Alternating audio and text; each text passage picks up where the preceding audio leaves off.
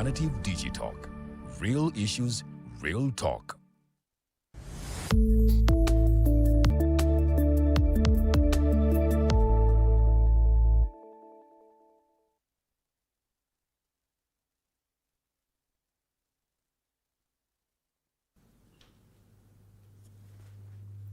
I trust that it's a good evening. My name is Norman Tumuhimbise. We are streaming live on our social media handles, and that's the Alternative Uganda Facebook page, Digitalk TV Facebook page, YouTube, the Alternative Uganda.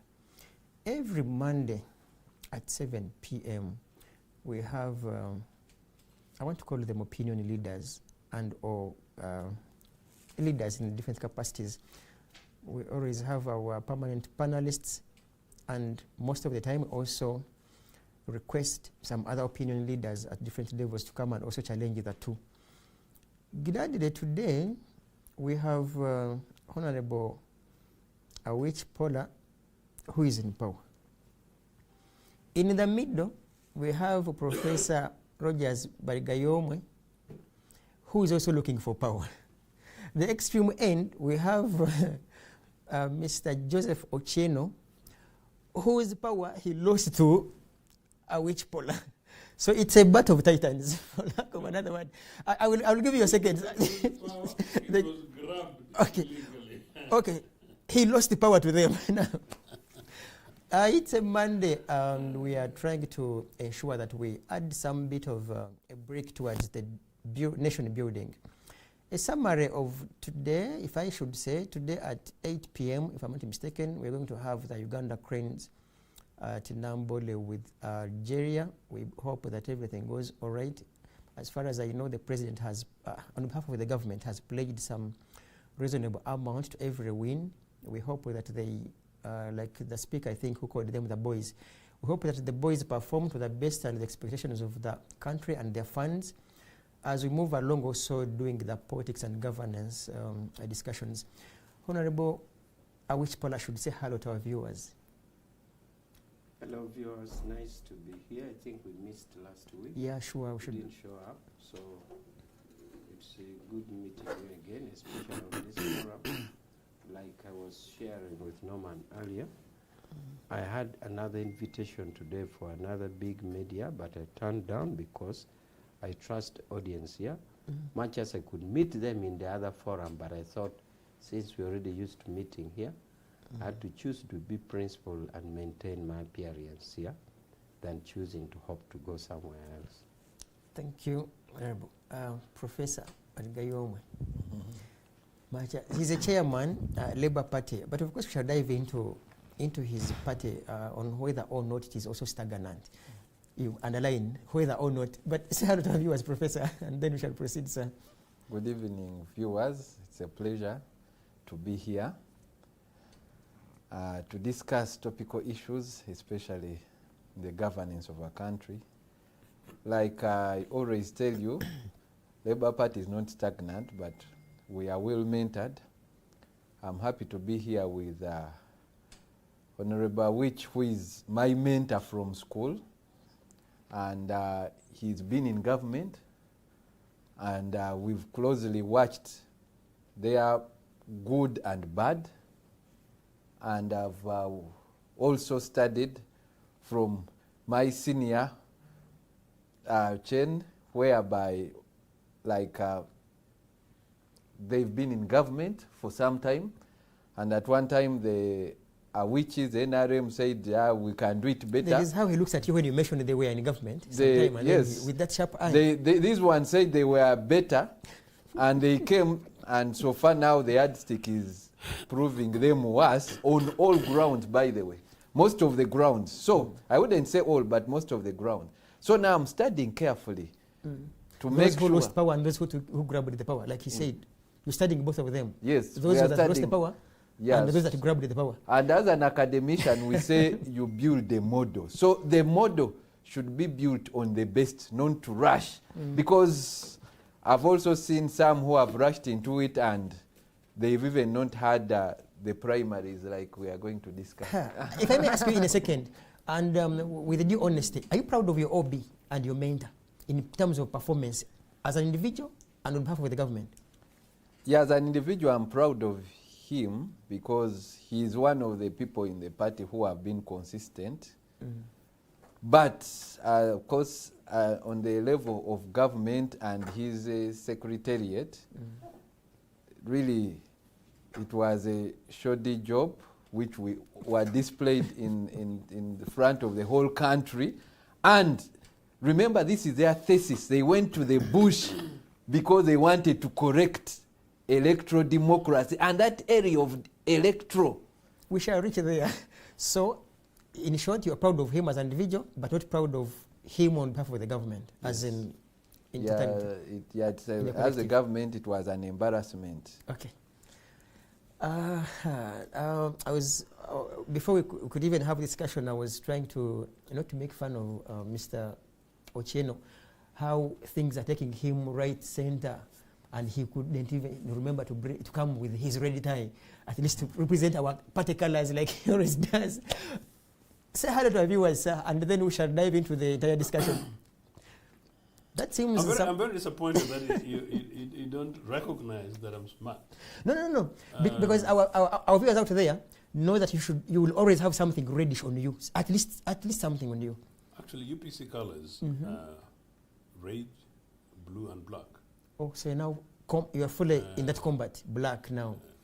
Indeed, and black is actually the African personality. And so you can see how emphatic it is. Okay. And you need to defend the red. The new generation think it is noob. Yeah, you see? No, they do. And the worrying thing is that I meet a number of them, including some of their senior colleagues, and you ask them what their red represent, and they haven't a clue.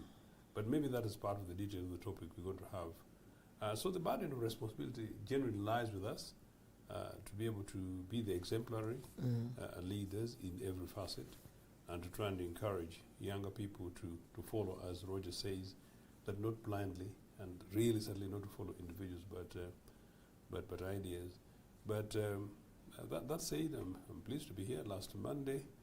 I know we're not able to be here, but one of the reasons was because we're celebrating the lives of the great OB of mine, Professor Kanyihamba. I was not able to participate in every part of the sessions, but I was glad that I was able to be at All Saints.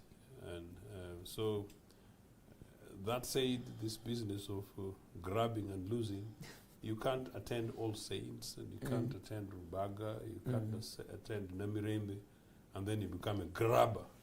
So anybody who boasts that they grabbed power from the people, which was represented by us, that person needs to examine their conscience. So no, it was grabbed from us, and if a thief comes and you're a victim of theft, people should sympathize with you, say, Bambi, they grabbed from me, and particularly they grabbed and then did what Roger said. They've handled it terribly. The only innocent person we have amidst us is Professor Barigayomwe. He's a young man, so he's also looking forward to grabbing it from him. No, actually, in an interesting way, actually, if you don't want to linking it. His political organization is ideologically linked to the values that I hold. And Rogers, I only wish that more people could understand what the labor movement is and how labor parties are able to be translated to political ideology as a movement. It's very closely linked with us, with UPC. I don't want to make political capital out of it, but really, the Labour Party is really about the Workers' Party. And if you look at questions of unemployment, questions of health and safety at work, and questions of youth unemployment, and questions of environment, questions of terms and conditions and pay and other things, this young man is up to very important stuff.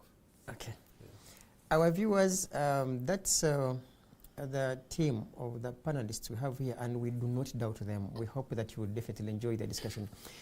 I'm sure you must have seen me try to look at this book. Honorable Awich Pollar came here just thumping himself, and of course, yes, he's amongst the 11 people whose faces appear on this book, best of the best. And I think, and authored by Fred Sheldon Mwesigwa. I have something, I don't know whether the two gentlemen remember, as someone who follows history and who reads a lot, this gentleman, this bishop, back in the day in 2016 or 17 thereabout, he had said, and he was on record, that he had discovered that Mr. Museveni had been, his birth certificate was, remember, that he's the one who baptized him, or something like that. He caused a lot of controversy, if you remember. But of course, this time around, he has come up with a book. We hope that what is in this book is as correct. Not to sound otherwise, but it's on record. Yeah. I remember him when he said that while he was checking, I think, through the archives in Mbara, he would discover Mr. Museveni's baptism card, something like that. Yeah, he discovered his baptism card. And everyone was like, oh dear Bishop, okay, so what are you trying to insinuate? Later alone, he threw it away, and of course the amendment bill came on board about the age limit, Article 103B, if I'm not mistaken. So anyhow, so Honorable Awich Pollar is one of the people on this cover page, best of the best. What stands out for me is that there is an artist here. There's some young boy, I suppose. I think, yeah, there's some artist here who is one of the best. I think they are trying to make a summary of the entire students, Honorable Awich. Yeah, so he's one of them. So I want to believe that he still represents the ideals of entire school, and so is Professor Barigayomwe. You're taking away my powers. Anyhow, so to say, recently, NRM had its primaries, and I want to emphasize, sarcastically, some people have come up to say it was even beyond primaries. Could they have been even secondaries or even a university? Because they were just beyond. And we believe that other political parties will also do the same. As for NUP, it has a different arrangement.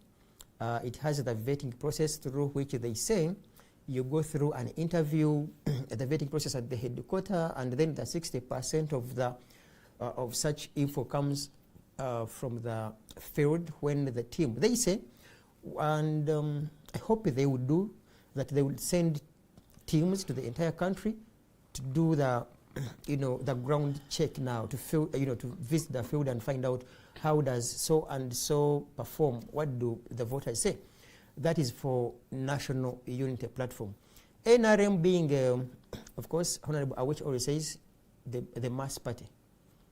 Yeah, it showed the public the mass party, the power they have when it comes also to violence, and to mention but a few, because they are a mass party, as Honorable Awich puts it, they have over 300 plus petitions. And we are here to now interrogate a political parties even able to, how prepared are they to deal with such post-primaries conflicts. Honorable Awich, if you could summarize for us what your party now went through and all of this, should we call it chaos? Or it's maturity now and showing that you are indeed a mass party. What stood out for me were two brothers who belong to the retired Justice Batka today, where the elder brother is accusing the young brother for having rigged elections. Just unbelievable. Let's begin from there. How are things at Chadondo? Because I understand the office at which they put their petitions is just opposite yours. How is the chaos, or how is it there? Paint a picture to our viewers, sir. Well, where the petition is going on now is plot 13. I'm on plot 10, Chadondo Road. It is nearly adjacent, because the thinking was that Electoral Commission should be given its independence, so that a candidate doesn't say he was kicked out, or another says the other one was brought in by the Secretary General or by Director Awich or anybody. So we gave them an independence of the Electoral Commission. That's what it deserves. And they are on the opposite side, plot 13. Now, before I dwell into what our topic says, what parties should do in post-primaries, or what we're doing now, I just want to comment on two things in the minutes given to me. One, as we begin, you brought a sense of humor, where I'm in power, remove the Congress people from power, Rogers is watching to come to power. I just want to say that the sense of humor is right and fitting, because we must insist that power belongs to the people. And it must be, whoever will attain it should attain it from the people. People should give that consent. Is that what you did in 1986? It is unfortunate that, or it is fortunate that for us, we had a revolutionary struggle, and that revolutionary struggle ended up climax into legal notice number 1 of 1986, which gave power to NRM. But NRM was quick to say, even when you came to a revolutionary struggle, through a revolutionary struggle, please give power to the people, and that's what we did. So whatever the three of us are in whichever position, we should always anchor on the feeling that power belongs to the people. The other thing I wanted to comment is what you have said about the book. This book talks about Ntare School. The thematic concern is that during the war, that school was affected twice. In 79 it was destroyed, and in 85 again it was destroyed. So attempts were made to build it back. And me and Rogers, incidentally, much as my thought appears alone, my contribution that rocketed me up to best of best, we actually did it with Rogers. Only that in operations they can pick a name of a commander or something, but when you can't fight alone. So I remember in one occasion in 94, the results then used to come nationally. These days you said best school in Mukono, best school in Upiji, best school in Tororo. Then schools used to be ranked nationally. And I remember in that results, Ntare School was number 45 in the whole country. Said this is embarrassing. Me and Rogers, we took it upon ourselves to organize a dining hall one evening. Remove the tables, put the desk clean, put the desk, call everybody, headmaster, deputy, teachers, cooks, askari, students, everybody. We sat in the dining from 8 in the evening up to morning at 4. Why this embarrassment? We all interrogated ourselves. And in the wee hours in the morning, a resolution was taken that everybody should do his part. Teachers vote to teach until we pass. Students vote to read until we pass. Cooks vote to cook until we pass. And we could name it. One of us, a close friend of Rogers who had come from Kabale Preparatory with Rogers, Dawoodi, he died, he passed on. Dawoodi came with it on the newspaper monitor that we had declared Operation UNEP. That year, we came 6, from 40-something to 6, and we dominated technology. We sent 18 for technology on government. That is engineering and survey. So that is what it means. So I'm just saying that whatever achievements we did to put that school back, we did it with Rogers. But inside the book, Rogers is mentioned, of course, but not on the front page. So I just wanted, now back to our primary election.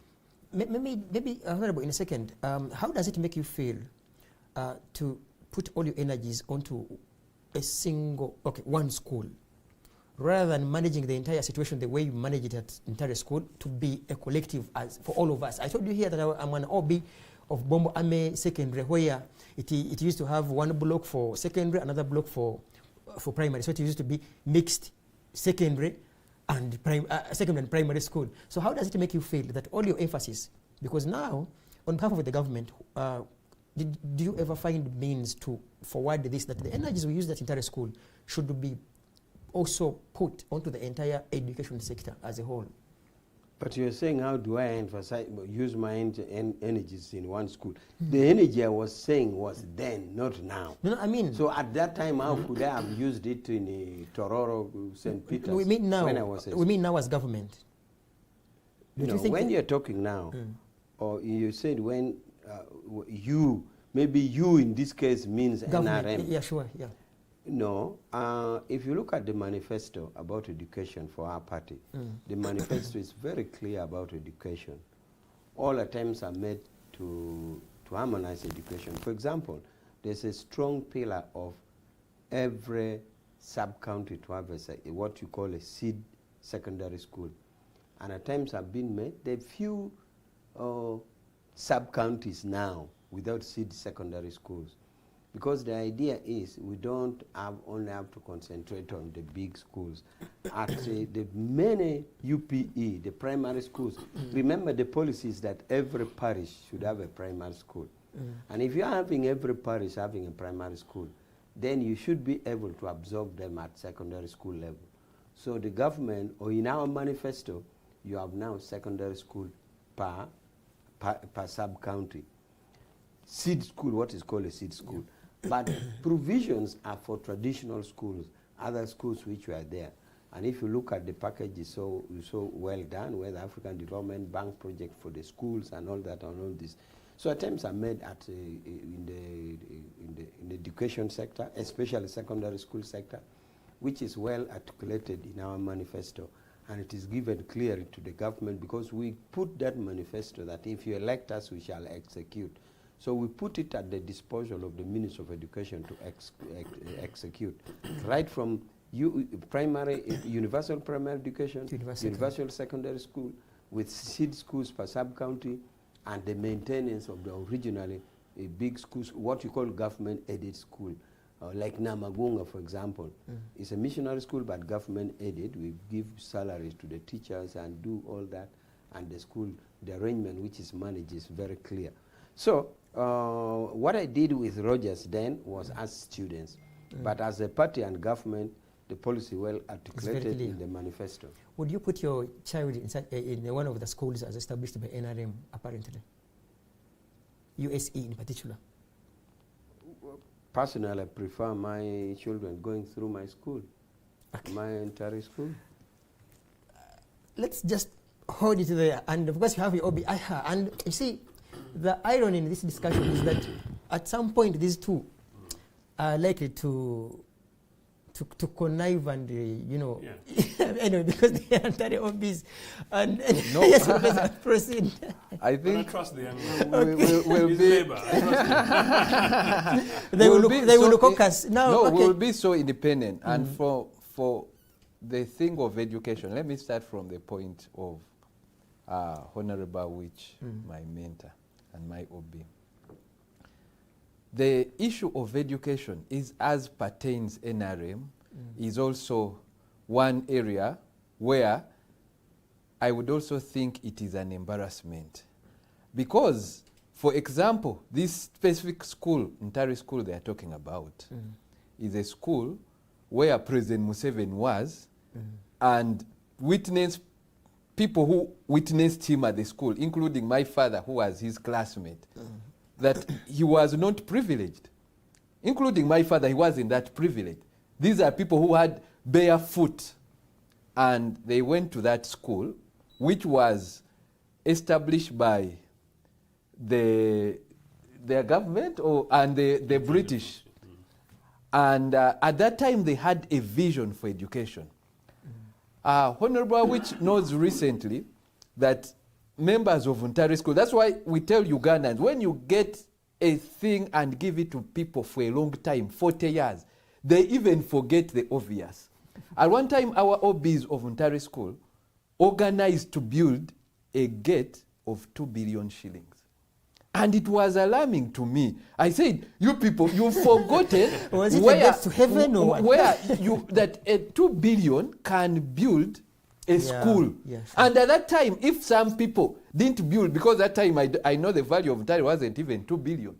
But it was started. But now you people have derailed to the fact that you're building gates of 2 billion. But I wasn't disappointed, because these senior OBs, most of them have houses of over 2 billion shillings. And at that time, they forgotten. And you know, most of them are liars, that they were rich. They were all peasants, including my own father. They came from peasantry homes, but they forgot that fact. And now you Ugandans who keep saying, hey, Pakalast, you are stupid Ugandans. These are guys who are children of peasants, but a government in time gave them the opportunity that education is one thing which can put them at equal. Because their colleagues in King's College, Budo, at that time those were the king's children and everything. These Ntare boys were all peasants. They are lying to you. Wait a second, Professor. Even him? No. He's my generation. I'm talking about the generation of the Museveni and my own father and all those. They were peasants who had nothing at their home. Ntare groomed them and has brought them to the very top. Now, when I saw this thing of like now for them they are building gates of 2 billion, yet 2 billion can build schools in this nation. And so it is, and now everyone is excited. Ugandans are giving them all the other years. Naturally, you forget. I will tell you, these people came fighting corruption at one time, because that's the other thing also, they keep lying. Most of them, when they came in 86, they owned nothing here in Kampala, and there is evidence. At that time, they would fear to even, when their budgets were in millions, and they would preserve that million, they would use it. But right now, most of these colleagues you're talking about, even 1 billion is not enough for them. Their projects are in billion. And Ugandans are like, we continue with these guys. They've forgotten, naturally they've forgotten where they came from. They've forgotten everything. They've forgotten the pain of the peasants. So, like Honorable Awich is saying, the education is one thing they've totally killed. I was talking with on a panel. He didn't say no, what I'm saying, they have a vision for education, but I don't believe in their vision. I would believe Labour Party would do better. I was talking with Pajil Mande, and I told him, ever since independence, 1962, I'm a university don. Education is at its lowest in Uganda. And I want any person, I even today saw professor from Makere saying that professors should be removed from education. Did you see those quotes from the vice chancellor of Makere? I saw a thing that he said that professors should not debate anything to do with politics. Now, this is the kind of nation they've done, that most journalists cannot go to Makere University to quote any professor there. Which kind of killing education is this by the NRM regime? I did my doctorate in South Africa. Nelson Mandela said, you people, the ANC, we've come, they had taken over from the whites. They said, let's first leave the education. Let's gamble with everything, but let's not gamble with the education. And that's why you see up to now, the first ratest, best universities are from South Africa. Uganda, Makerere is getting out. It had never gotten out of the best 40. But in the NRM regime, it is derailing, being beaten by even private universities.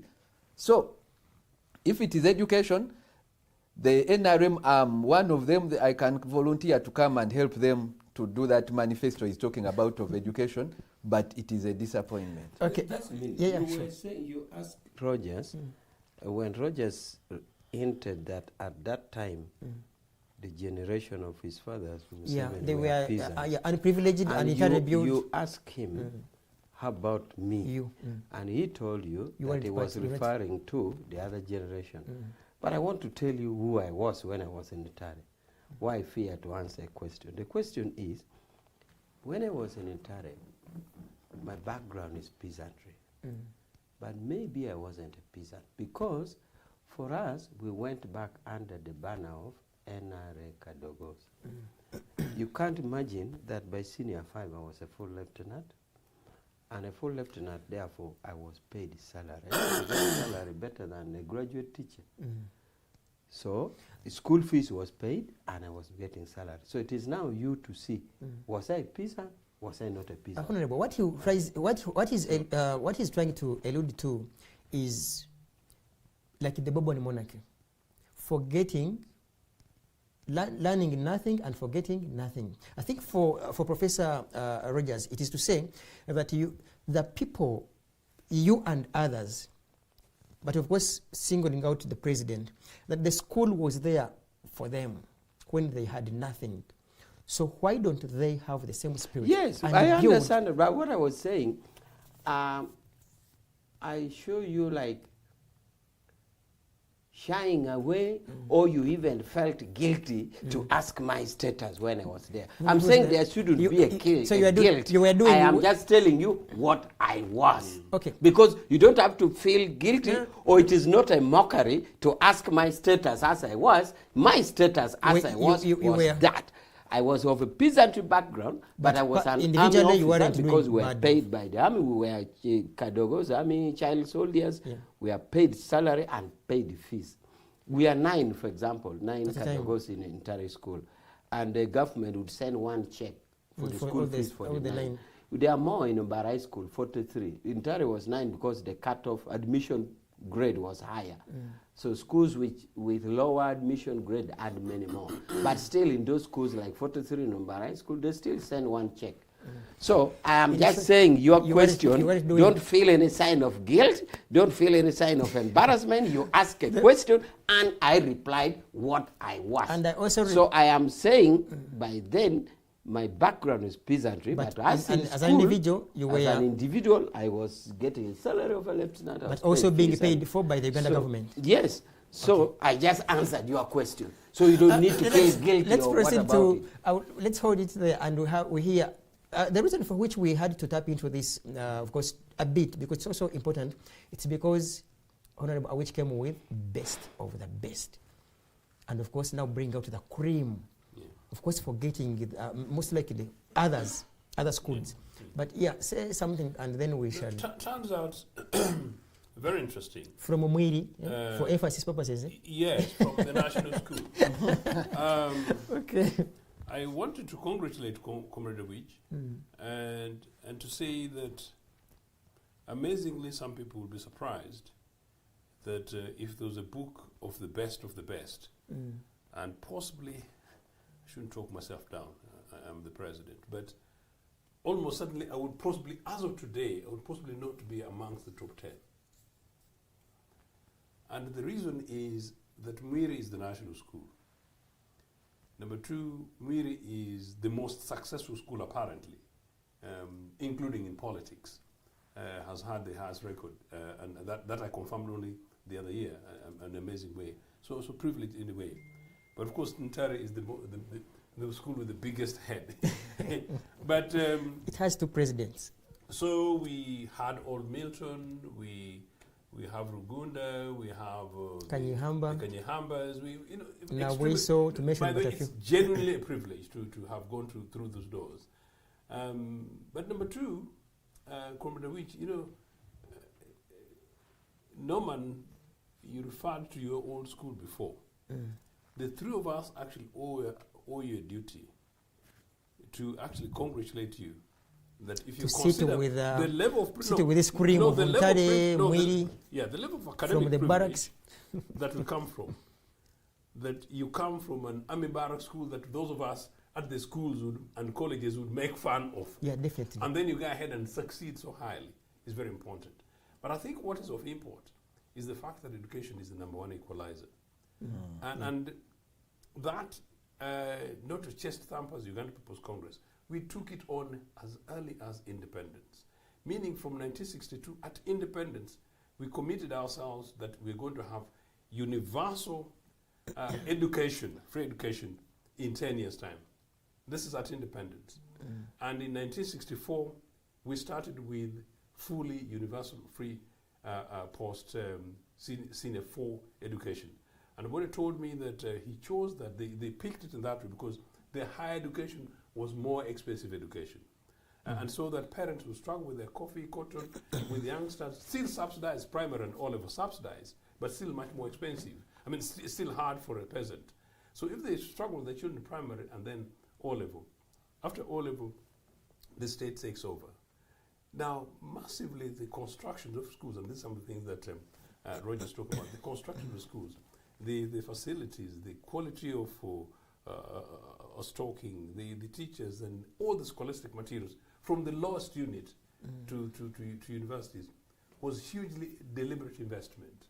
The building of deliberate from 1963, deliberate girl-child schools, expansion of Berenyanja, but then you add Nabisose, the Rugals and other things, was a deliberate government policy, center-left political party policy, which should not be partisan.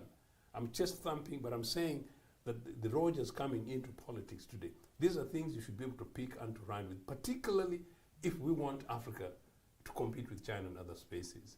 So as a party, very, very proud that we did it like that.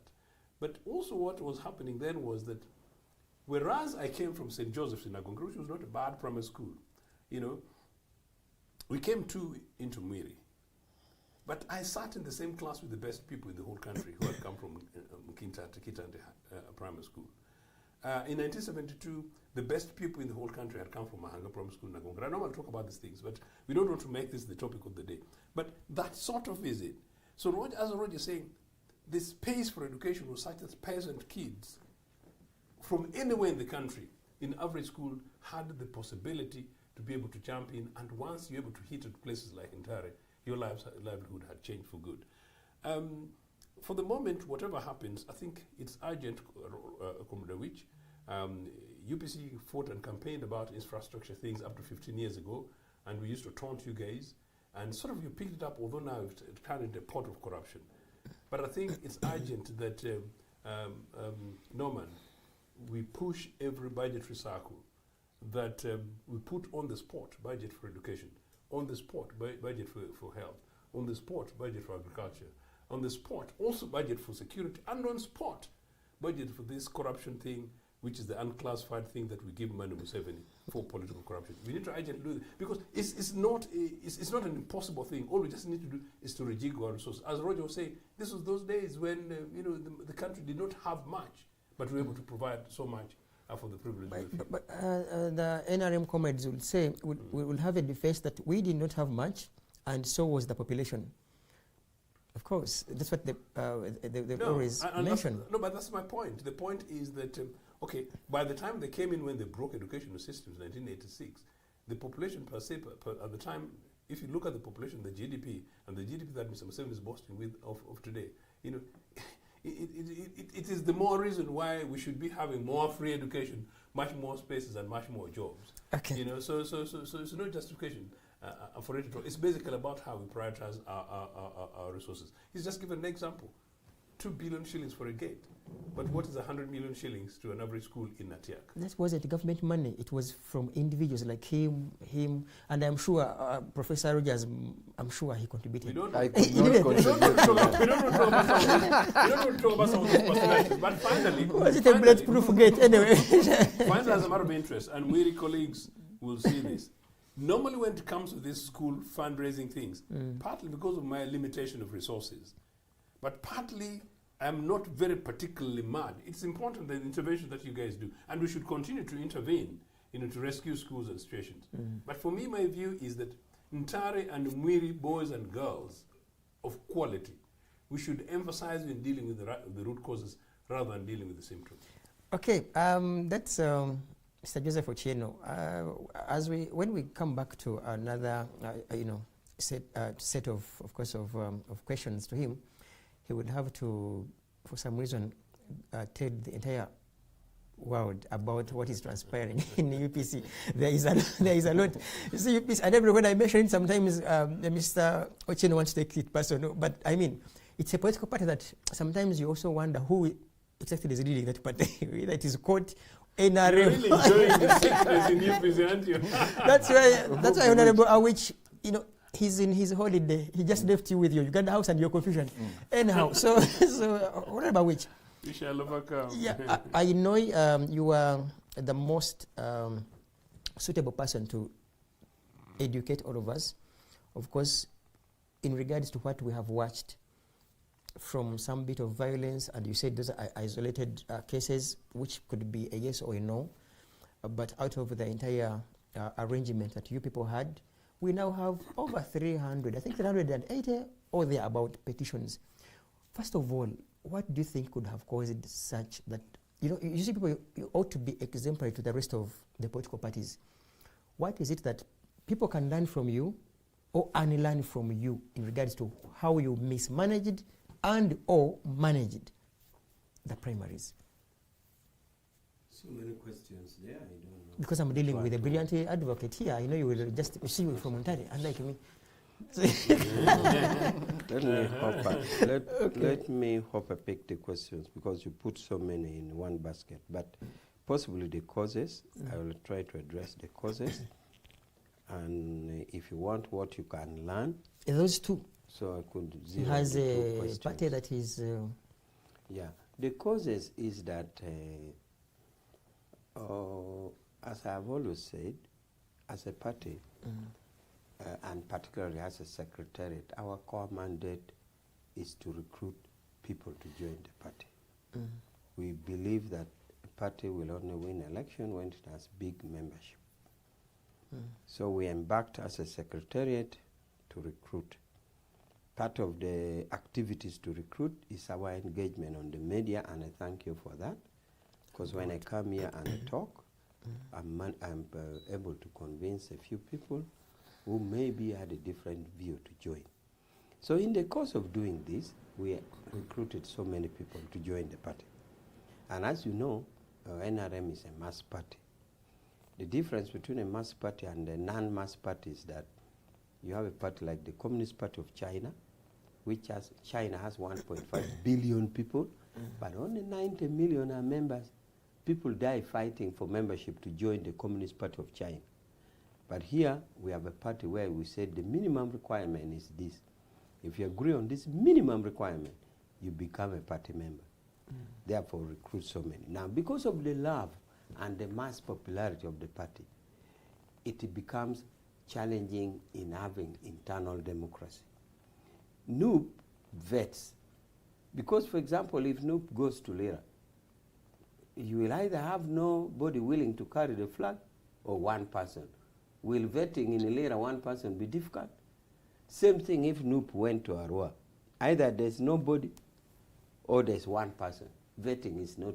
So they'll sit around and try to vet in Buganda where there's NUP. I believe if NUP had a similar big number and the mass support the parties NRM is enjoying, they will have to sit around the table and devise matters of internal democracy. So part of the causes of the struggle in primary is because of the big numbers. The big numbers generate big candidates, big number of candidates, and therefore choosing them, you need a system. The system, most likely they'll be fighting. The other reason is that people think that because this party is popular, so it is easy access to parliament or to leadership, whether LC5 or mayor. So you have big attraction to candidatures. So many candidates will come. Maybe the second, Honorable. Does that mean that there are people that that people may consider as opportunists that simply know, so as long as I have Honorable Awich is a party card, it's a sure win, I go to parliament, but not the conviction to the ideals of NRM as a party? Depending your definition of opportunism. Opportunism sometimes is defined to mean taking advantage without principle. But if that is your definition of opportunism, I am saying that they have weighed who is the success team, who is a winning team, and they have allied with the winning team. Whether you call it opportunism, they have taken the right opportunity, so be it. But I am saying it is one of the ingredients of attracting much candidatures. So when many candidates are there, then choosing becomes a problem. Therefore, I think I have dealt partly with causes.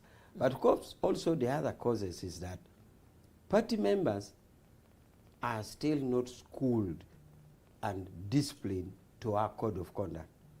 We have a code of conduct attached to our constitution, which clearly shows do's and do nots, do's and do nots, do's and do nots. So we would expect our party members to understand the ideology and the code of conduct there too. But as you know, the general populace are still not as schooled and educated in the areas of ideology and the area of code of conduct and ethical behavior as such. So all this compound to what you now see into or what is coming out as in the form of petition and quarreling and all that. And of course also some school of thought have argued to say Because some people have taken political leadership as an income generating. People think that when you get into leadership, you will earn money. So people always fight to death for this position. And when you have a party where you can access it from, you fight. No, man. There was a time when they used to say the highest paid civil servant or public servant was a director general of this and this, and this. Say director general of URA is getting 40 million. Director general of Kampala City Council is getting this. Governor Bank of Uganda is getting 40 million. Do you know that this 40 million, some members of parliament get 60, depending on the So the money that we are fearing from these big people, somebody goes and gets it. That perpetuates that urge for fighting. So it is a national character. Maybe we are now thinking of how to make leadership less attractive in terms of fiduciary aspects. Some societies have resorted to say you will only acquire leadership when you are seen as having accomplished in other areas, and therefore you are coming on board, particularly for leadership. So that incentives are very minimized. Do you think that's something NRM can achieve? That is the thinking. So, no. So when you see that, while you're talking of a governor, Bank of Uganda, who could be a PhD holder and carrying that task to control the entire economy, is paid 40 million. Somebody from a given constituency with equivalent, you know, they ask for senior 6. Or an equivalent. Said, to enter this race, we need senior 6 or equivalent. Somebody will bring equivalent, not senior 6. And he earns more than the governor. You can see how it precipitates to the fighting. Therefore, part of this fighting you're saying is the anonymity anatomy of the country, not NRM per se, but we take our share of the blame. So I feel I have dealt with the causes of what now crystallize into fights, into petitions that we have in huge number. Okay. Question to Professor Rogers Barigayomwe. We want to, because we may not find, I think scientifically it is proven that we may not find a solution to a problem we haven't identified. So how did you see the NRM primaries? In any case, you're even shying away from holding yours. Will even Labour Party ever have even one single primary? Anyway, proceed, Professor. Exactly. One, I give them credit for attempting the mass one. How I found it is a question of the NRM leaders, who are not very young, especially historicals. Personally, I'm just in my 40s, but I'm moved by a question. Do I want to measure my life qualitatively or quantitatively? These people who are in their evenings of life, the question should be, what do they want to be remembered for? And to me, I even say, even if it was a former FDC, it was mentored by NRM. What was the problem with FDC succeeding? What is the problem with Labour Party succeeding to NRM?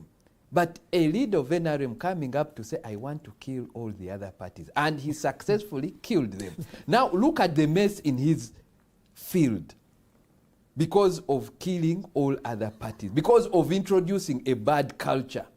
Because what should be fundamental in NRM should be qualitative, not quantitative now. Because now for them they are looking at the mass and they are not minding about the legacy of NRM, especially as a party which went to the bush because an election was rigged. Right now, all the 42 Ugandans are justified, and even in Awich's own submission, that we can all now legally go to the bush to fight these hooligans. I mean not the people we saw.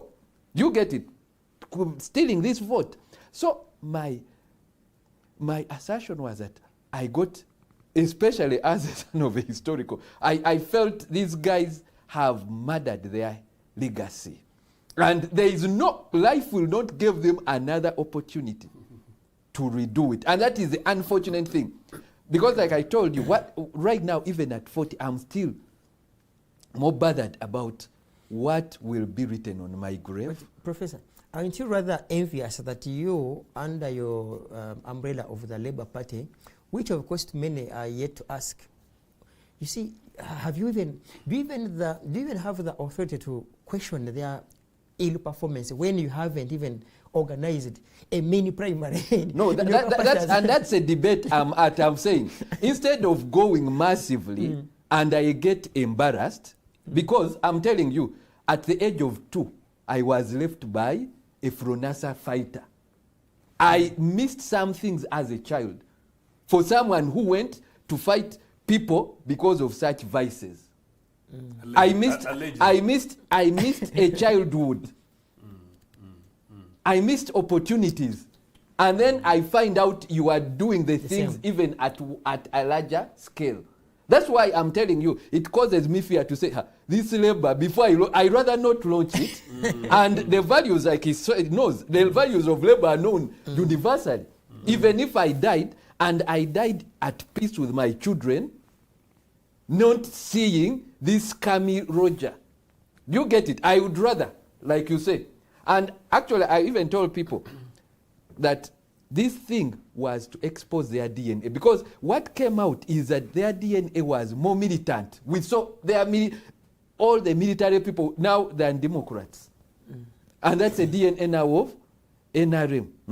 So this thing is, you expose yourself. They say, as a monkey climbs a tree, it exposes its nakedness. So for me, I would rather, you asked me, I would rather say, no, for Labour Party, I've just laid this small foundation stone, and other people come and take over, than me going and massively exposing myself for generation, because history will never go. So what should NRM do? So I wanted to ask him, how differently do you think they should I say they, or had it been had the ball been in your court, how differently would you have managed the situation? Yeah, like this would have started. We are at organizing. Yes, at organizing. No, in the first place, if NRM had left FDC to re-establish its structures, half of those members would not be causing confusion in the NRM. They would be in FDC. So now NRM would be confusing FDC. For example, NRM wouldn't be having the 500 petition because 300 came from what and the other one came from. Yeah. So now NRM wouldn't be having the 500, and he's a lawyer. They are even lying to and us. So you are. So both of you. Listen, yeah, they are lying to the nation that 30 lawyers can listen to 500 petitions in less than a month. In a week, and that the verdict is coming out after a week. And you get, these guys are the most confused guys in this, because how will they do? Yeah? Okay, because this is how they are sitting, and you know, they are sitting a whole day. Then the next day they are seeing, not that another day they are deliberating. Yes, Honorable, you will tell us. At their time, when they sit, let's say up to 6, in the night, do they have beds there that now they are deliberating on what they've had? Because the whole day was for hearing. And remember, every hour they are listening to other people, these people. Yeah? Now, do they sleep? Are they deckers at the NRM Secretariat? Okay. This is the most confused party in the whole world now. I don't know how they will deal with this. Professor, let's hold it there, and we use the 5 minutes to hear from Mr. Ochieno, Joseph. And then as we return, I think Honorable Awich Pollar will begin with an answer on whether you have deckers there. Do you have borders at Chadondo? But pick it from Professor Barigayomwe. You know, because you also have your problems, and don't kindly also share them. The most you also have problems in the UPC. UPC's problem directly as a result of NRA bad losers. When will you lose election? Mr. Awich, in a second, please. When will you take it on and say, okay, whereas it might be true that some of our problems are caused by Awich and the group, but also these ones are our own making. That is what the world waits for. Maybe at some point say, okay, Norman and our viewers, there is that time when we say, okay, these are our own making. Proceed, sir. You know, when you go to Miri and you study literature, You should expect that well. And I have an introduction, a process, and proceed. a conclusion. So Yeah, we use the you 5 minutes preempted and then, yeah. You preempted me. It's actually shamefully shambolic. But I must say that you said it on air, but I think I better just respond to on air. Roger's father left him at 2 to go to the bush. And it's a very courageous observation he's making on air. And I'm not going to talk much about it, but it's a very important observation for a child in terms of the trauma. Number 2, Comrade Awich was telling you something also very important about his own background, including as of peasantry. But we've occasionally said it, but I'm also saying this in good faith, that Comrade Awich was a child soldier. These are traumatic experiences. So you can see the burden of responsibility we have as a country for leadership to emerge. That must then go ahead and create an enabling environment in which we have all the seals and sieves and the healing that these kind of things don't happen again. I went on to become a refugee scholar, and part of my earliest submissions at the University of East London to a part of professors was that part of my drive was that I wanted to write my own story. But Comrade Awich, part of my mission is to ensure that in my lifetime, if possible, that we build an Africa, certainly Uganda, in which no child, and for me I wasn't a child, I was in my 20s, away from university, but I escaped still into very terrible exile, that nobody should be allowed to leave their home, certainly their home countries, against their will. So in a way then you end up with a pan of 3 people with massively traumatic experiences, but in different ways, that I think we've all overcome, and here we are. And considering where we are then, we must have a conversation that answers back to your question earlier. What do we do? I think it's urgent that linked to the question about Comrade Awich and political corruption, the mess and the shambolic mess in which the NRM monetized politics, monetized corruption, and the cries of the young man that people went to the bush and people died for nothing, and the mess we've got today. Something interesting on corruption is, at the peak of political corruption today, is Mr. Museveni, who's not going anywhere.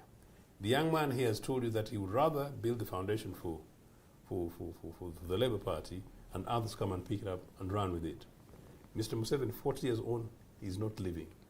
But not only is he not living, he's not living, and yet he's presiding over a shambolic state with massive corruption. But not only that, he's also presiding over a state in which is almost apparent his son, is the desired person to come and take over. This is not the Museveni that his father went to fight for and with 45 years ago. Now his son, who at the moment is the army commander, and Comrade Rich, I think you remind me on this.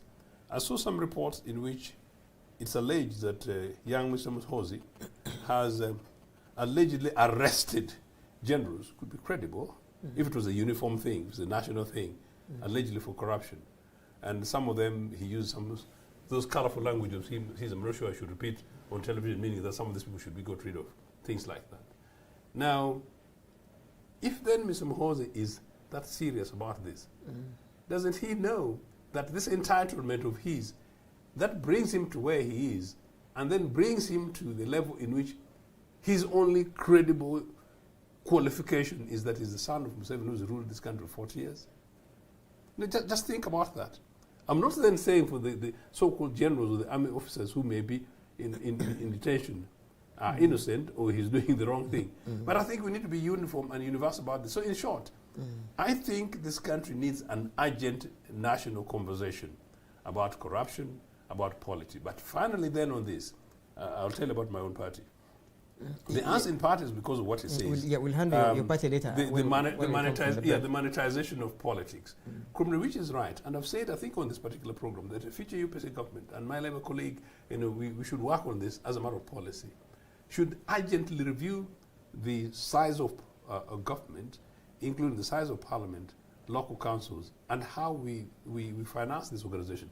I think it's absolutely criminal. Comrade Rich said it. I went to review. The governor of Bank of Uganda earns 53 or thereabout million Uganda shillings per month. It could even push it to 60. These are not only guys with PhDs, but I can tell you, to reach a level in which you're a principal officer in Bank of Uganda, it's hard work, hard academia.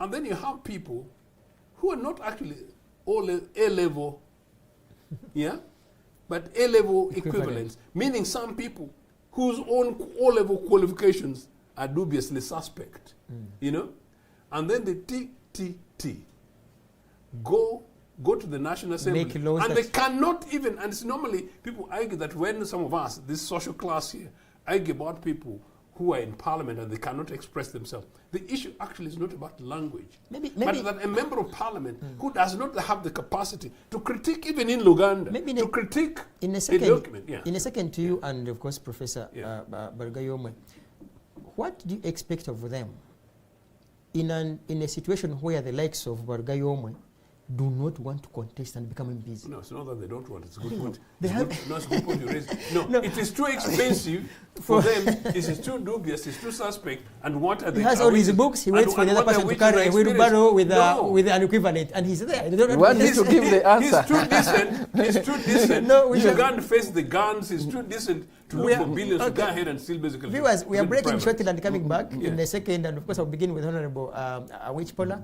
But of course we cannot excuse Professor Barigayomwe for just deserting the struggle and speaking a lot of English without picking the nomination forms to contest for MP. We are coming back.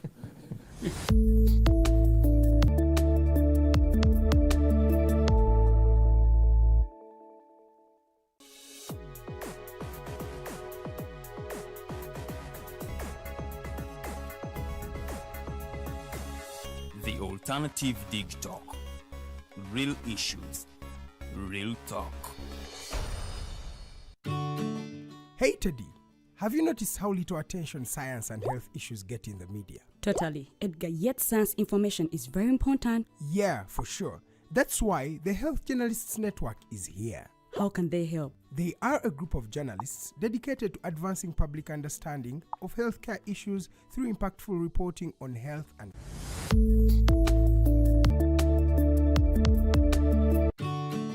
Hey Teddy, have you noticed how little attention science and health issues get in the media? Totally, Edgar, yet science information is very important. Yeah, for sure. That's why the Health Journalists Network is here. How can they help? They are a group of journalists dedicated to advancing public understanding of healthcare issues through impactful reporting on health and science. Oh, really? Yes, they meet up every month with scientists and researchers, policymakers, and activists at the science media cafes. They then relay what they discuss to the public. Does that benefit us? Oh yes, very much so. This helps with health and science literacy for a healthy Ugandan society. Okay. I love getting informed about science and health issues. Health information makes all the difference between life and death. I'll look them up and engage them. That's great. They are based all over the country. Oh, okay. That's interesting, and they should be making real impact. They are empowering health communities through journalism. Journalists can save lives just like doctors.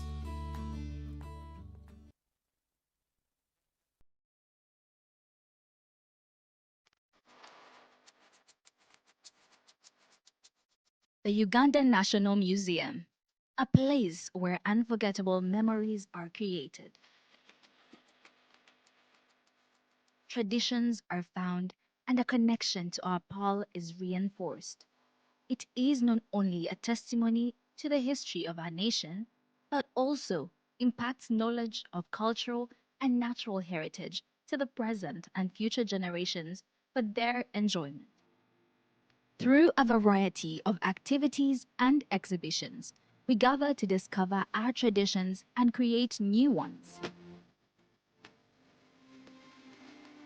The Uganda Museum is our country's cultural icon.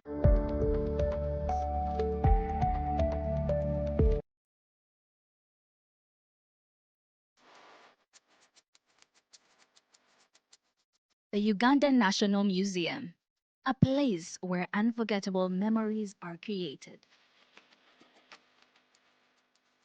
Traditions are found and a connection to our Paul is reinforced.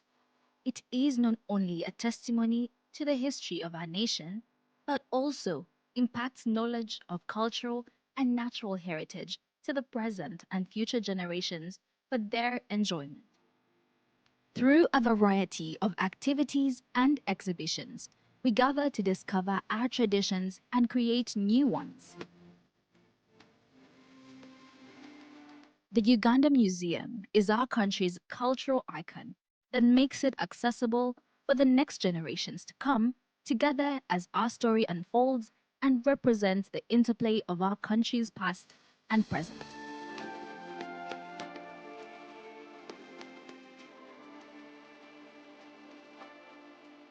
It is in our history, but also in how it has evolved to embrace optical satisfaction and new influences. Our identity as a country is not only a moment in time, but also a journey of where we have been, where we are, and where we are going. We invite you to experience the authentic heritage, rich history of Uganda. Welcome to the Uganda National Museum. This message is brought to you by Alternative Digitalk.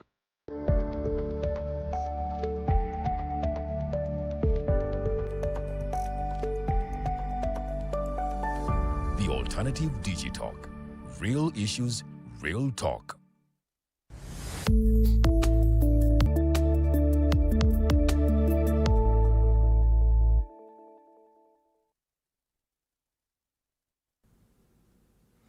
Our dear viewers, we are back. My name is Norman Tumuhimbise. We're streaming live on our social media pages. That's the Alternative Uganda Facebook page, Digitalk TV Facebook page, the Alternative Uganda YouTube channel.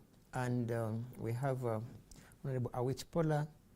We have Professor Rogers Barigayomwe. People say now professors in this country are becoming cowards. They don't want to participate, and they have all the books, but they leave the parliament to those who carry their equivalent on wheelbarrows. But we have Mr. Joseph Ochieno.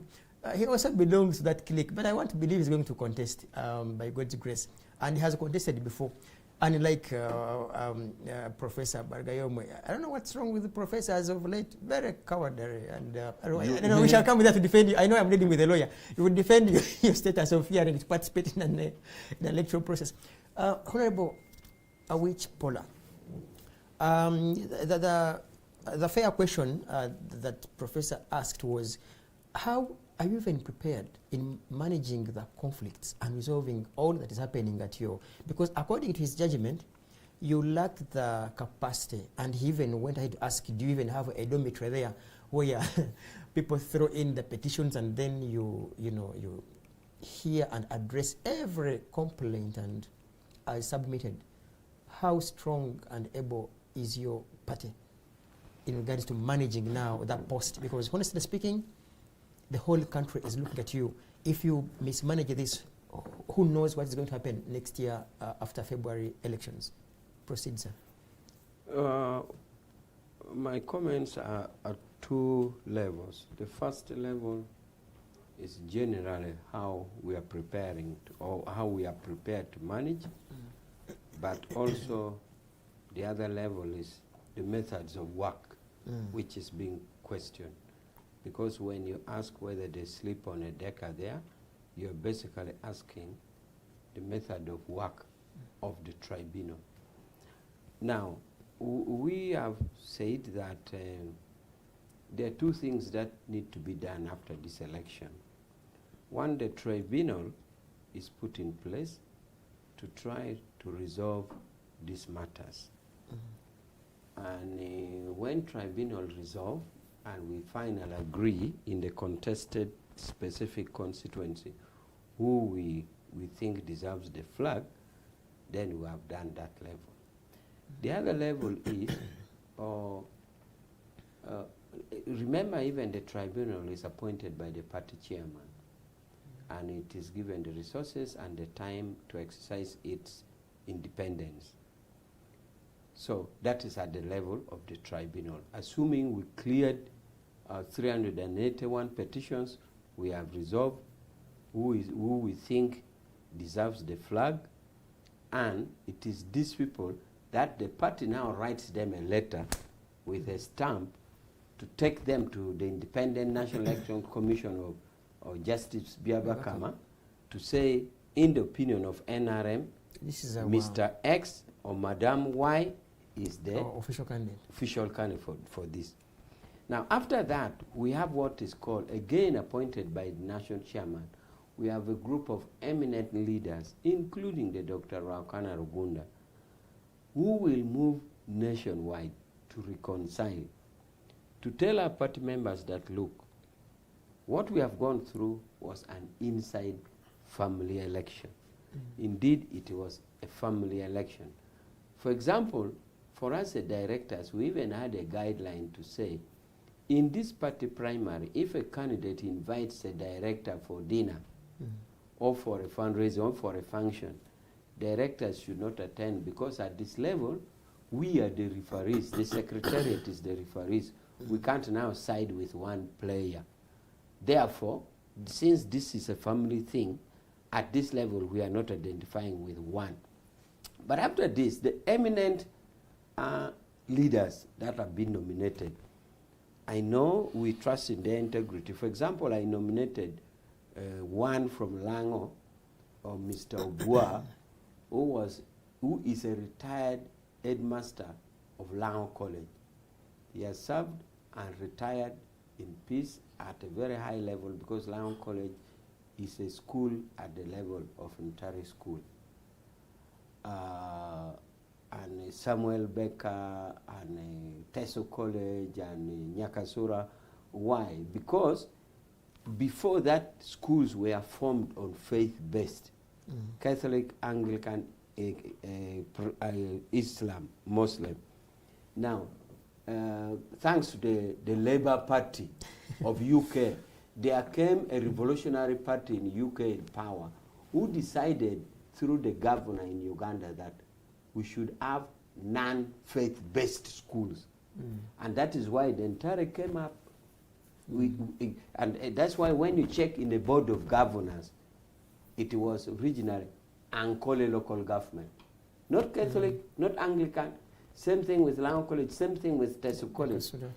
Teso College, Aloet was Teso local government, which is the foundation body. Therefore, I'm saying there's a headmaster of Lango College who is retired, who will be among the eminent leaders. So you can see that we are going to a second phase, reconciliation by eminent leaders. They will move all over the country. Do you have time to, do you think you... We shall, and in any case, we are thinking that, originally the thinking was that not all sports were trouble sports. We had no non-trouble sports, Sembabule, Molata, Lira of Samingola, and Umalinda, Sinjiro. So we had already mapped out trouble sport areas. But if need be that every areas need reconciliation, then we can see how we do it. It will be a method of work, how to devise a method of work. Therefore, there are two stages, the tribunal and the reconciliation level. Now, back to the tribunal, about whether they sleep on deckers and all that. This is a matter of methods of work. The tribunal, when it was set, they were professional and competent. The first thing they did was to devise their methods of work. Knowing the challenge that we have, what methods of work do we agree? So they agree on their rules, they agree on their methods of work, which they knew the methods of work which was devised could face the task. For example, if you are doing hearing only, the hearing, you as members of the panel, you are supposed to take notes in an organized way, that when it comes to time for decision making, the notes you have taken is such in an organized way that it helps you in forming your opinion. So it's a method of work. They have developed their own rules of procedures because they're independent. They develop their own rules of procedure. They develop their their own methods of work, which is equal to the task. So let's wait and see how they resolve this, depending on the task and the methods of work they have developed. Maybe I should also ask this, because some people out there continue to believe that your act of centralizing the entire process caused trouble, that the likes of Dr. Tang sitting at Chadondo alongside Ambassador Chinobe and others, and determining what is likely to happen in Zimbabwe or any other place, was not being honest and or truthful to yourselves, that you did not know the dynamics. So centralizing the entire process as in itself could have caused trouble. Even when inter alia you defended it and said the reason for which you centralized the whole process was to minimize. Do you think it has done either or? Well, that is their school of thought, and it is their free thinking. Because the centralization here, for a viewer, may not get it clear. Centralization at the level of nomination or centralization at the level of conflict resolution. Literally everything is centralized now. Now, if we tackle from the level of nomination, I had said sometime that the idea of centralizing nomination was to ensure that all the safety catches are made so that people don't skip through. You could have said we are going to put Buganda region nomination, Lango region nomination, or Chole region nomination. That could equally work. It's a matter of choice. But in this case, what was decided was that centralize it so that you're not only watertight, but probably hairtight, to ensure that candidates don't skim in with, say, wrong academic qualification. Because as you know, when NRM nominates a person with wrong academic qualification and you put him as a candidate, it means the opposition candidate who will come, like NUB, UPC or whatever, will challenge this NRM candidate with wrong academic paper and kick him out, and NRM will have no candidate. So part of the thinking was that centralize it so that you are able to be not only watertight but airtight. So that is for nomination. Now, for justice delivery in the tribunal, still it was centralized because the national chairman thought that the documents around the election commission, all this reference material are around here, and therefore we could have this justice procedure, this tribunal deliver in one place. If you felt that Eastern Tribunal should have sat in Eastern or Western Tribunal should have sat there, that is a question of choice. But we have decided to do it here, and let's wait for the outcome. Okay, we pray. So, of course, to begin with, Professor Rogers, when I mention his name, is how his heart skips, because I'm going to ask him those tough questions, why they don't want to contest. What is it that is wrong with the elites like you and others not to participate in such processes? Yeah, and of course, beginning with you. I'll answer it in relationship to the debate which was on the floor and with the decentralization and centralization. The NRM got it right at the beginning. And I keep saying they kill their own baby, because at one time they diagnosed Uganda's problem rightly. And that's the time they brought the LC system, the NRC. I was a young boy, I was able to observe my father conduct MP elections. I remember it was Rugunda against Chitariko in Kabale. You get it? It was, all those systems were decentralized. And there was peace. Actually, the NRM had a system whereby the debates would even be at village, at district levels. That's when people at that time could look at what you said, a professor bringing sense. And that's how the people like Honorable Kanye Hambers came out. The people who debated our CA were very fine gentlemen. But out of their selfishness of making themselves stay long in power, they saw that this decentralized system will weaken the presidency. And they killed it. That's why now, just let's go in land issues. An LOC who knows what happens at the location does not have power. And they bring it to a judge. And so who is supporting corruption?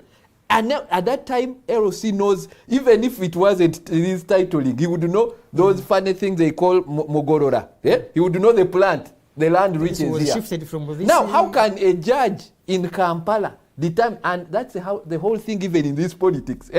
Now, if it was Lango, I am well associated with Lango politics and where my brother which comes from. These people in Lango can even tell.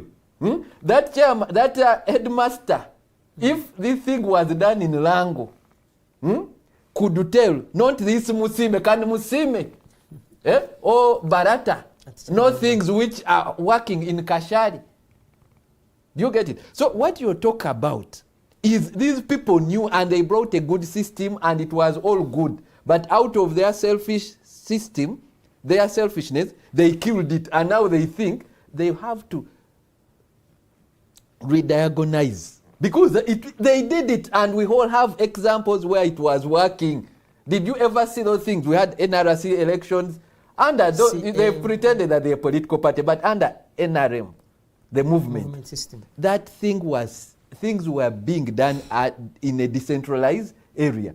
But now to lie to the whole nation that he's talking about the 300, but remember the LC 5 cases, I saw they were 180, so it's coming to 600 cases being handled. Now after these guys have done the verdict here in Kampala, now they are going to send the old men, the Honorable to do what after you've done the whole mess? Like he rightly said, these guys, these elders know what is happening in their region. They even know who cheated, who did not cheat. These Baratas and Musime cannot know what is happening in Lango. They cannot know what is happening in Chigezi. And that's why, to answer your question, that's why they've irritated decent people from politics. They are, because I cannot go there to soil my name. I've hardly worked for. And they know it. The whole thing is systematic to knock out decent people from Ugandan politics. Actually, you should be even congratulating me. Because what do I come to talk about now? You have no any allowance. But that time the system even attracted people from DP, from UPC. Elites. Now it does not even attract their own son because they don't want to do anything which looks holy. And that's why I criticize them. Look at who is heads parliament and the weakest parliament. These are members they can grasp anything from the opposition so long as it is quank. NRM, I said it is shedding off the cream and attracting all the dirty linen from all other parties. We still have one of the cream here, but no, also to ask. And that's why, and I respect Honorable Awich, and he knows I challenge. He should be. Now, Honorable Awich should be like the Speaker of Parliament, and I will tell you, he should be. I hope you're not causing him trouble. But no, why is he as the Secretary? He can also not participate in the politics of mediocre MPs. Those ones, he knows. Let him go to... A second. Honorable Awich, are you playing mediocrity at Chadondo? I think it should be a yes or no. What Rogers is saying is, at the elective level, there's mediocrity. And what Rogers is saying is that at the secretariat level, by me being there, I am absolving myself from the mediocrity. Okay. But what I'm saying is that at the secretariat, we are doing, for want of better words, we are the referee in the game. So we are also part and parcel because the players are the candidates and the voters. Okay. For us, as a secretary, we are the referee in the game. Professor, you have, let's use these 2 minutes of your time and ask Okay, and also ask you to answer these questions. Who do you think such mediocrity serves?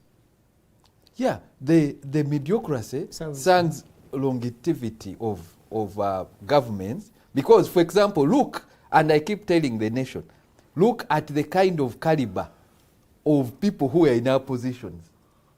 Look at the, and I won't point out names for decency, but look at the former vice presidents in experience and in, look at the prime minister, and if you are to draw the curves, is it going up or going down?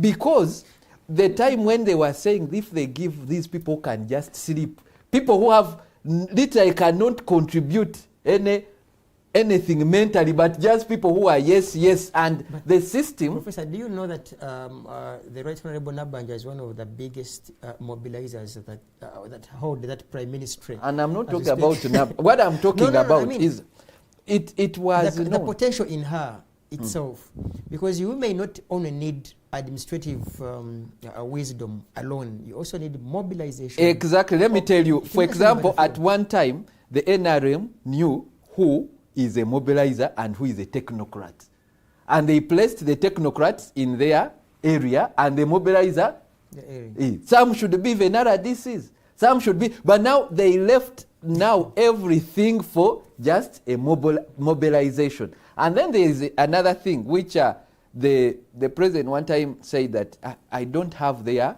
salaries, so I put them in the system. So when that separation of power was abused, that's why the mediocrity, and that's why you need to just depend on these politicians. Maybe now we need to go back to the system like in Kenya, where now the senators, maybe the ministers, are not part of the MPs. That's where, because this nation now lacks technocrats.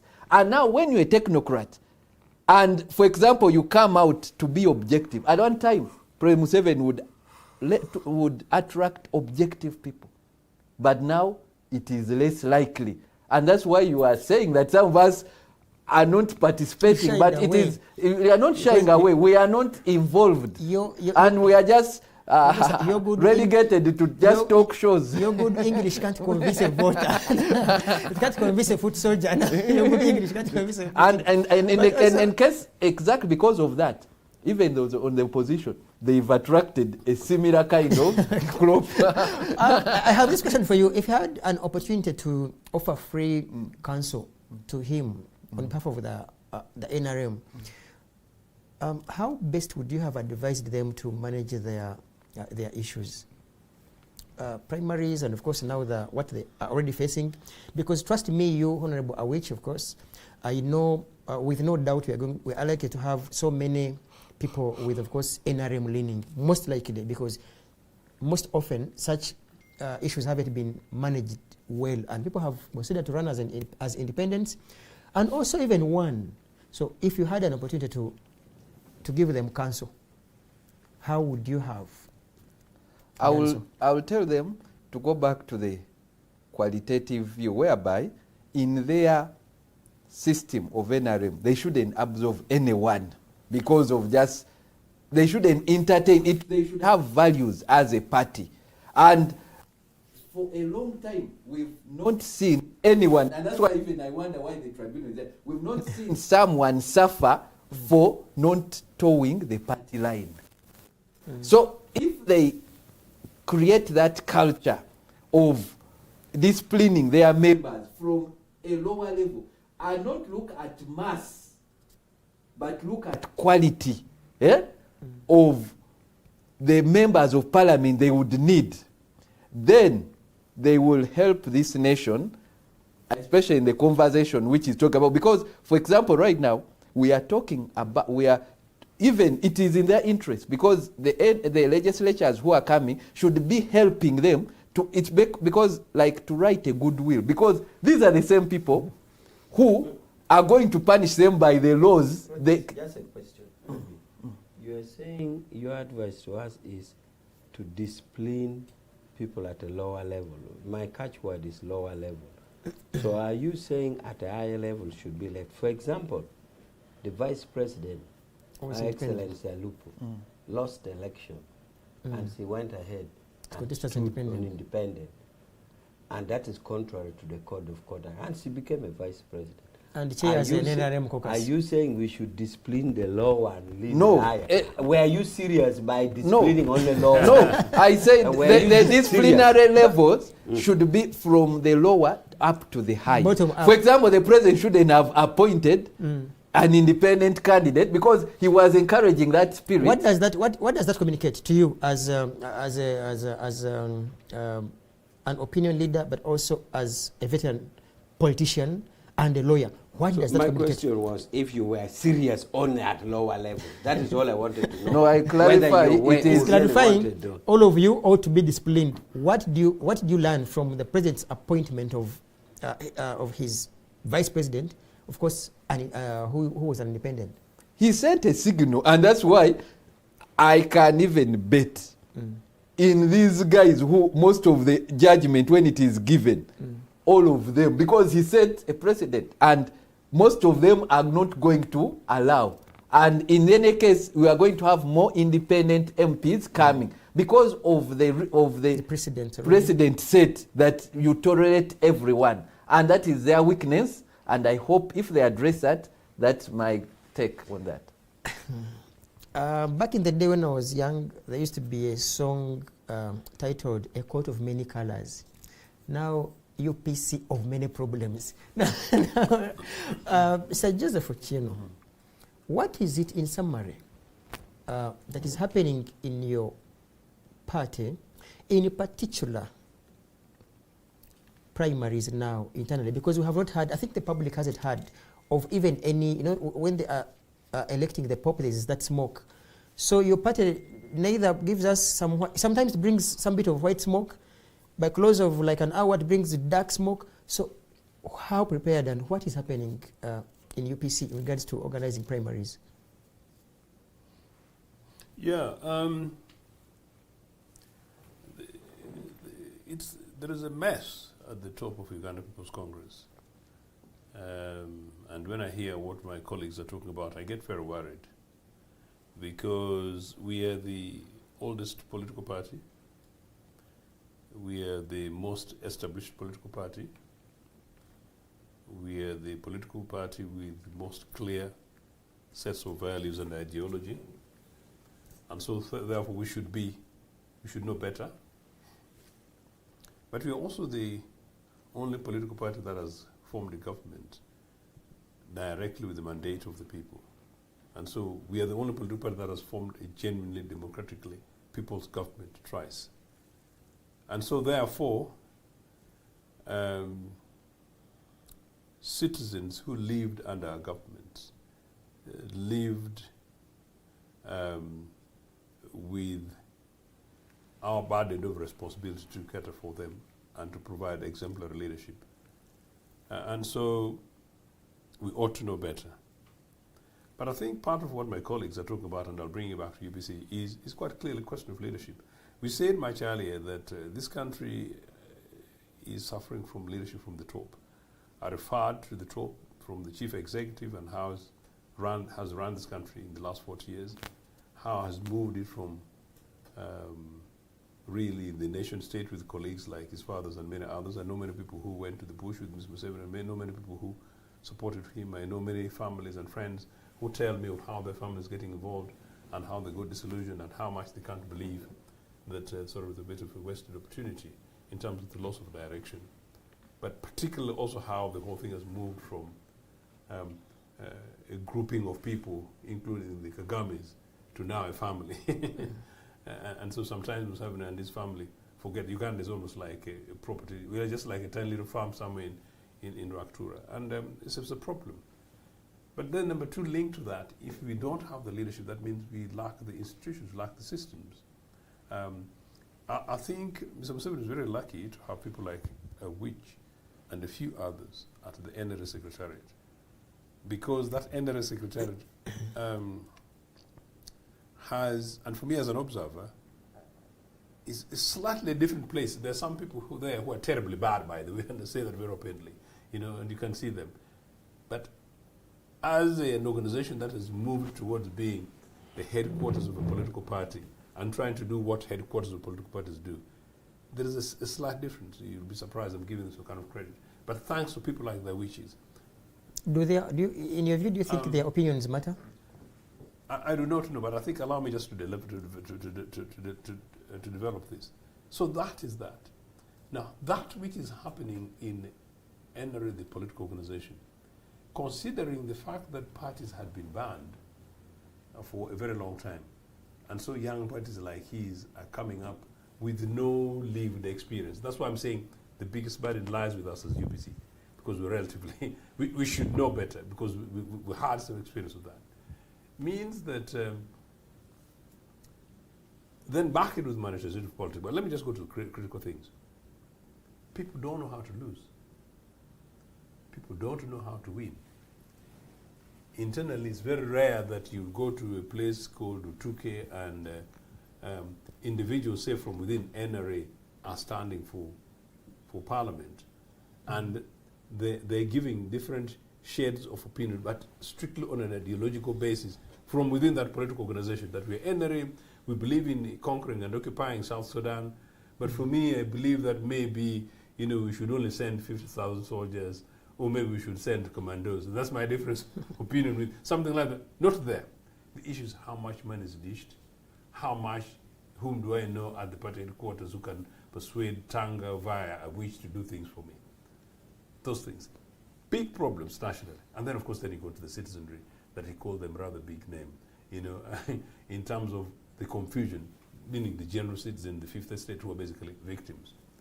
Bring it then to Uganda People's Congress. Ours is what he calls, if the best way to kill a snake is to cut off his head. So once we've lost a clear leadership at the top, the party constitution, which is very clear, the party values, which are the core in terms of sentence, in terms of ideology, which is consistent with, would be our normal manifestos. Because of the core, then, without changing in terms of figures, and certain priorities as they come annually or every election cycle, they will be at the center. You know that this will be our focus on education, our focus on different kind of stuff. Then you come to a situation in which now you have people who don't know what constitutions are for.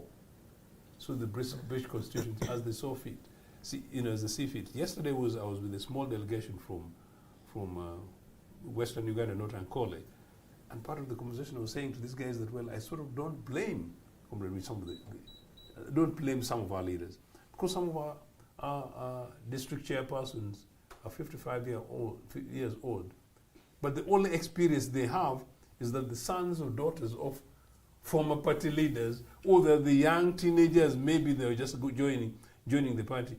They're the young activists from UPC families. But since then till today, they don't have experience of being members of an organized branch party, because they've never seen it. They've never been committee members, so they don't know responsibilities of committees. They've not been even secretaries of small groups, and so therefore they don't even know how to take minutes. And so that is how bad skills thing. But then, because politics, what now me, myself, and I, and the resources kind of strip, and the corruption that we're talking about,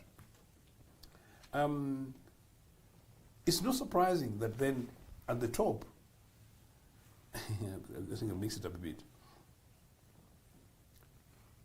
The leadership crisis we have is primarily, of course, you're taunting us about the 4 presidents we've got, 4 leaders we've got. No, I believe there are 3 people who declare themselves president. The 4th person is myself, and I've not declared myself president because I don't believe in that nonsense. So we basically have a situation in which one individual, either on the basis of entitlement or impunity, breaches the party constitution. No internal mechanism. I think it's part of the topical end of our conversation today. What are the issues? If there are no organized internal mechanisms, which these guys try credit to their existence of power and organizations at the moment, and the fact that Museveni will whip them, if there is no internal mechanism for conflict resolution, people take the laws and rules into their own hands. So in UPC's case, unfortunately, the absence of clear leadership, and with particular people who see themselves as more UPC than others, you breach the party constitution, but you don't want to be held to account. Jimmy, on this occasion, I'll then bring Jimmy quite clearly breached the party constitution in 2015, following an election to replace Olaro Tunu. Other people challenged him. It didn't work. These guys went to court. Court agreed with them. Jimmy appealed. But partly for various reasons, the matter took 4 years. But Jimmy continued holding out. And again, in Uganda House, he wasn't been given the keys like Museveni. He forced himself into Uganda House by chasing Olaro Tunu. So he remained down there.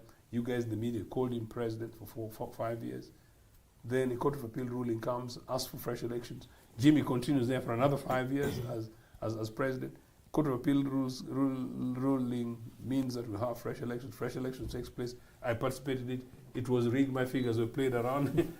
So in other words, that's how I ended up with the so-called 4 presidents. But more recently, I think for the viewers, I don't think we've discussed this more recently. Jimmy decides to call for a delegates conference who will now be moving in 2026. He puts a roadmap for elections. Nominations for party leaders came. He and one Dennis Enap, they go through as they get nominated. Huge amount of money, 20 million Uganda shillings. It's almost criminal, my Labour Party friend. In the event that I'm president of the party, there's no way in which you can ask a candidate for any particular position for 20 million Uganda shillings. That is elitism of extreme mafiaism. I'm not saying that applies to NRA because it's 20 million for Mr. Museveni, but these guys can afford because of our money from the port. So I think it's just shambolic. So they did that. Enap, being a young, sharp lawyer, knowing very well that Jimmy had already served the 2 terms, for Jimmy, under the arrangement, for Jimmy, for whatever reason, had committed himself that he wants to continue, including to become a presidential candidate this time around 2026, for which he did not stand in 2016, he has not explained it. He did not stand in 2021, he did not explain it. But we have rumors that there's an understanding between him and others, maybe the witch is no better kind of stuff. Then this Enap runs to court. And then court finds that, yes, Jimmy indeed was breaching the party constitution by deciding to go for a 3rd term because of contrary to the party constitution. Now that brings turmoil in their side of the party. And for me, I was watching because I knew that Enap should really not even have participated in that election because he was participating in illegality. Mr. Ochieno, so that's what happened. But let me just conclude. For how long will you Let me watch? just conclude in 30 seconds, really. So when Jimmy organized the call for that extraordinary delegates conference, which he now did after the court had ruled that he was not a leader, his suggestion was that he was calling it because he was returning this matter to the delegates. Extraordinarily, in that delegates conference, we all knew that he wanted to amend the constitution to remove the term limits. And then number 2, he wanted to extend his interim period to 12 months. The day before that, for the record, my lawyers had gone to court previously because my matter is pending later this month. So they decided to go and seek a temporary injunction against Jimmy proceeding with this. And the temporary injunction was granted, but typically for Jimmy, he disregarded it and went on to hold this delegates conference. Where we are at the moment is that the substantive temporary injunction is being possibly disposed of later this week. But at the same time, there's quite clearly a fundamental strong case of contempt of court by Jim McKenna. That's the mess in which we are. But I still hope that this matter is resolved quite quickly. As an indictment of Mr. Comrade Awich's government and their judicial system, that my matter should have taken such a long time. I hope this matter is resolved quickly, because if it's resolved quickly, it will resolve the question of leadership. Very likely what will happen is that it will be found that I won the elections, I'm declared leader, and that I hope permanent injunction is granted, and that I'm leader, one leader. Then I will have the burden of responsibility of seeking to reunite the party. Sort of that is this. And I hope that is done quickly enough for us then to deal with the internal processes of continuing the primaries and other things, preparing for candidates for the coming election. In short, I do not want to sound like a prophet of doom, but perhaps just because of the public perception, it's like UPC as of today seems to lack, I don't know, do we say a specific program or roadmap? Like you are in and out of court, but also now to ask you, save for these other party structures, does UPC have some other bodies that before you run to court, perhaps you also tried? Yeah. For instance, some parties would say they have, I would mention the recently launched PFF. They say they have a council of eminent persons. Some other parties have national council. How is UPC like? Most parties borrowed their internal party systems and community say from us. We have from the structures include from delegates come from the National Council as you refer to. But no, I think the fundamental one, which is the grievance body, which is basically conflict resolution mechanisms. After the Electoral Commission, the system actually, interesting, that's the weakest and quite surprising. It's not very clear in UPC that for the grievance that arises out of an election, whom do you go to? That mechanism is not very clearly defined in our party constitution. But I think again where you're right, which is an indictment on us, I expected that party grandees, as a grand old party like UPC, should have been able to harmonize and bring together us together. But I think partly because of other things that I don't want to go to television, I think certain people have sort of given up, and certain personalities have now pushed an agenda for themselves. So part of what I'm actually trying to do is basically to challenge some of these established power centers and centers of impunity, because I want to reclaim this political party and return it to the membership, so that together with parties like his and together with people like the Awich's, we're able to reclaim the Republic of Uganda for all Ugandans. Okay, now that you mention his name, Honorable Awich, with what has transpired at your Chadondo offices, you as observers or referees, slightly adjacent where the trouble is, for lack of another word, is there something that you have reflected on and you're like, I think in our view, here we miscalculated, and perhaps this is how we should have done it best? In reference to this, of course, we try to make things better, but let me just comment about what O.B. Rogers has said. When you ask Rogers about what advice he would give, he said there should be disciplinary action at the bottom. Then I followed it up about the top. And we gave the specific example of the vice president. He said equally that should be disciplinary action should have been taken so that a precedent is set. I just like to comment that, like in a criminal proceedings, the violations of a vice president standing, it should be the party complaining. The party should be the one complaining. So it has no locus? No, that's not what I'm saying. I'm saying should be the party complaining. Like in this case, the DPP complaining. Now, if the DPP chooses to drop a prosecution, in this case, if the party chooses not to, then it can. And in that case, it did. What I'm saying here is that sometimes our party chairman and the party at large thinks that if you follow the law to the letter in a mass party, you end up breaking. So it brings in flexibility to allow something happen or something to pass. To what extent that flexibility will cost us, we are yet to know.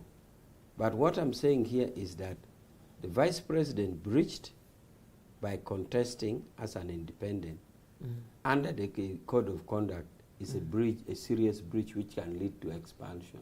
But what I'm saying here is that President Museveni and the party at large believes that if a mass party like this, if you have to follow the law to the letter, you may end up breaking. So flexibility is allowed, and therefore that is why the party didn't complain on this, it let it pass.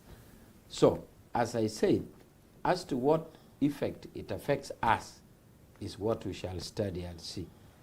Now, on the question of the Congress, it's really saddening that Jim McKenna, who should actually be holding us in power accountable for lack of rule of law, is the biggest beneficiary of breach of law.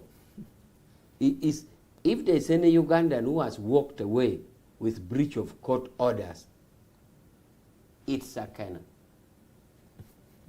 I think on record he has walked away with breach of court orders than Muhoozi. Because we don't have on record. What does that communicate? So what I'm saying here is that... In a second, please.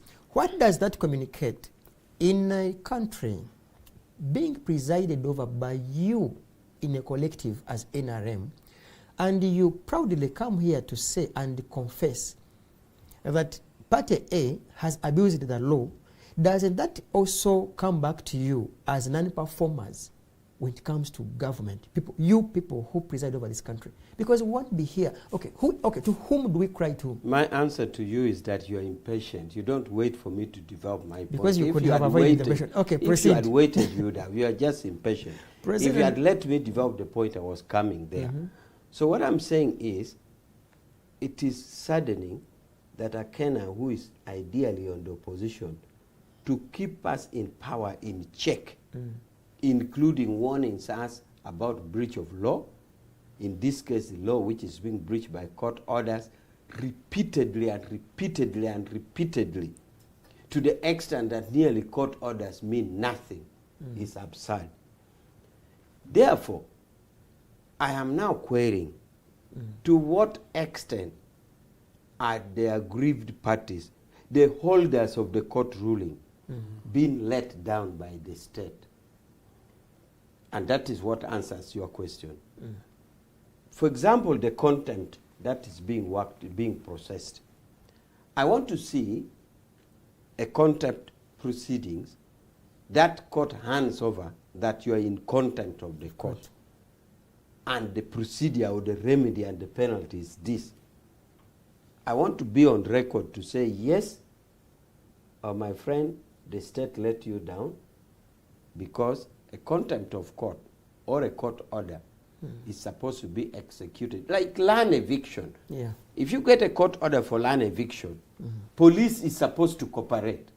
Yeah. Police is supposed to cooperate. So it is at that level, therefore, that we shall ask and say, look, the state, you are supposed to enforce law and order. I have my court ruling in my hand, and you are not helping me. That is it. So that is to the extent that I thought you are not impatient. That I was saying, I wanted to draw it to a level of where is the state involved, and the state has not helped. So we shall therefore check it at that level of if the state joins in the impunity, that there's a court order, there's a court decree, there's a contempt. Of course, the Congress may go back and cite provisions that I'm not aware, or incidences where states should have done something. But I am really alarmed by the rate and the manner in which Akena violate court orders, nearly countless. Okay, you can count and you have so many, and he goes away with it. Now, back to the party, to my party, that you're saying the lessons that we have you could use a minute, and you say your closing remarks, and then we shall refer to them. The lessons that we have learned are many. I may not say all. For example, I can even tell you that the lesson that we learned is, even in terms of logistics, the timely funding that we looked for to get timely ballot, declaration forms, how timely we got the registers. So those are lessons to learn, because eventually they affect. We have also learned how to reorganize personnel for the management. How do we educate the registers? Are the registers aware about their role? Do the registers really enforce to the extent that they make only those on the register vote, or people scheme? We are learning how do we go to prohibit malpractice like use of money. I saw in some incidents the minister in Busoga distributing money in the line. So there are many lessons that we have learned and that we continue to learn. And we hope that when we learn them and implement them, it pushes us to another level. Do you want a closing remark? Yeah, sure, yeah. Well, my closing remark is that it is paramount that parties look into internal democracy. In this case, we are discussing party primaries. all parties, irrespective whether NRM, UPC, should look into their internal democracies and ensure it is managed well. Failure to manage internal democracies in a way spills out to the bigger national body politics, and which is not good for the governance of Uganda. As NRM, we shall try our best. Thank you. Professor, pick it from there, and I do not know whether, I think he has even addressed most of your concerns, but of course, give us your closing remarks, of course, giving us some bit of what is likely and unlikely to happen. What is likely to happen is that we as a country should be building a culture, and at one time a political culture, and at one time it was UPC with it and it played around with it. I feel happy when Akena is crying, eh? And then Lango, the UPC is only in Lango, because I saw how can you take a conference to Kamudin. If NRM does not learn, we are going to see an NRM conference in Rachtura in Yashosi in 20 years to come. Eh? So if you are doing these things, you are not acting for yourself. You are doing this to add on the culture of politics. What NRM is doing is not for President Museveni to lead in 5 years or 10 years. You're adding a culture. UPC, and it's good you had their testimony. They are crying foul word, yet they were in the government 2 times and didn't build on the culture. Whenever it was election, they would manipulate things to stay in power. Now the NRM is doing the same thing. And then in future, who will they cry for? They have the opportunity, like I told you, they would rather lose the masses and build a culture. We want qualitative, we don't want quantitative. So that is every one of us, like I will tell you, you said, me, I'm here with the Labour Party. Why did I choose Labour? Because Labour is an ideology. We are talking of East African community. Labour can be in Tanzania, can be in Kenya. NRM cannot cross to Kenya. ODM cannot cross to Uganda. Okay. And then they tell us about East African Federation. So for me, I'm building a culture which will be there even in 40 years. Use these 30 or so seconds to answer this question. Is the Labour Party going to participate in the forthcoming elections? No, because one, we are the only people who are saying we are taking a protest vote. this group of saying protest vote and then you participate is a comedy. Okay. We are in a protest vote until the referees, until NRM cleans its house and cleans the political atmosphere. Yours is a real protest vote. Mr. Ochieno, honestly, in 40 seconds, the likely and unlikely. Protest mood. Just for you to know, Roger, that no, you learned these lessons from some of the very biased textbooks. We've only been in government twice. The independence government, our going to government was not disputed, our elections. In fact, our founding parents say that some of the irregularities were actually predominantly caused by ADP in certain constituencies in Buganda, and we chose not to contest because of goodwill. It's actually on the record, and you who liked reading, you should. 1980, it's a closed chapter. NRA used it, but as I said, it's taken them 40 years. The Kitarikos and all those people were in government, they were not able to prove it. So that's one chapter. Yeah, but look, the quick thing is this. We need to genuinely build a new culture politically.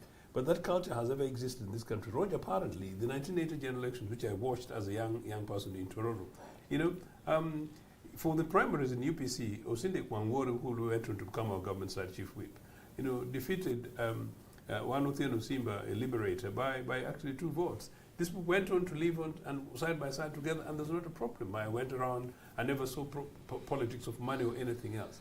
But Comrade Awich, I know I'm concluding, Comrade Awich, I think there's an approach that we should go consensus because we don't want to go legal. Fair enough to may work for certain organizations, but if we're actually trying to build systems for the future, my view is that we should simply say the rules are this, and we stick to the rules.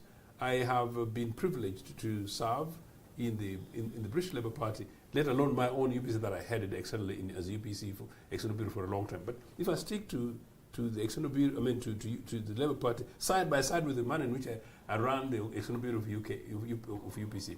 If you say the meeting is starting at 9 o'clock and the standing order says you don't take more than 30 minutes, it doesn't happen. Even for our UPC, I would not do it. Okay. So generally we are simply saying that let's learn to play by the rules. These things have happened in this country.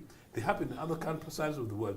The more we do that, the more we should be encouraging young people to grow and know that rules must be respected and obeyed, internal rules. And if not, we apply the law, and the law, if we apply it, the law should be fair to everybody, and the law should not be one which is bought by money or power. Okay, you have heard from each one of the panelists.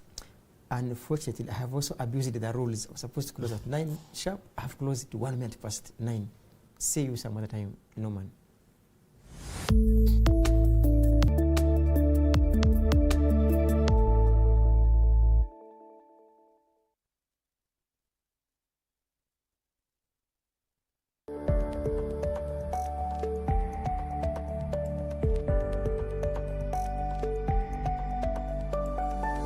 The Alternative Digitalk. Real issues, real talk.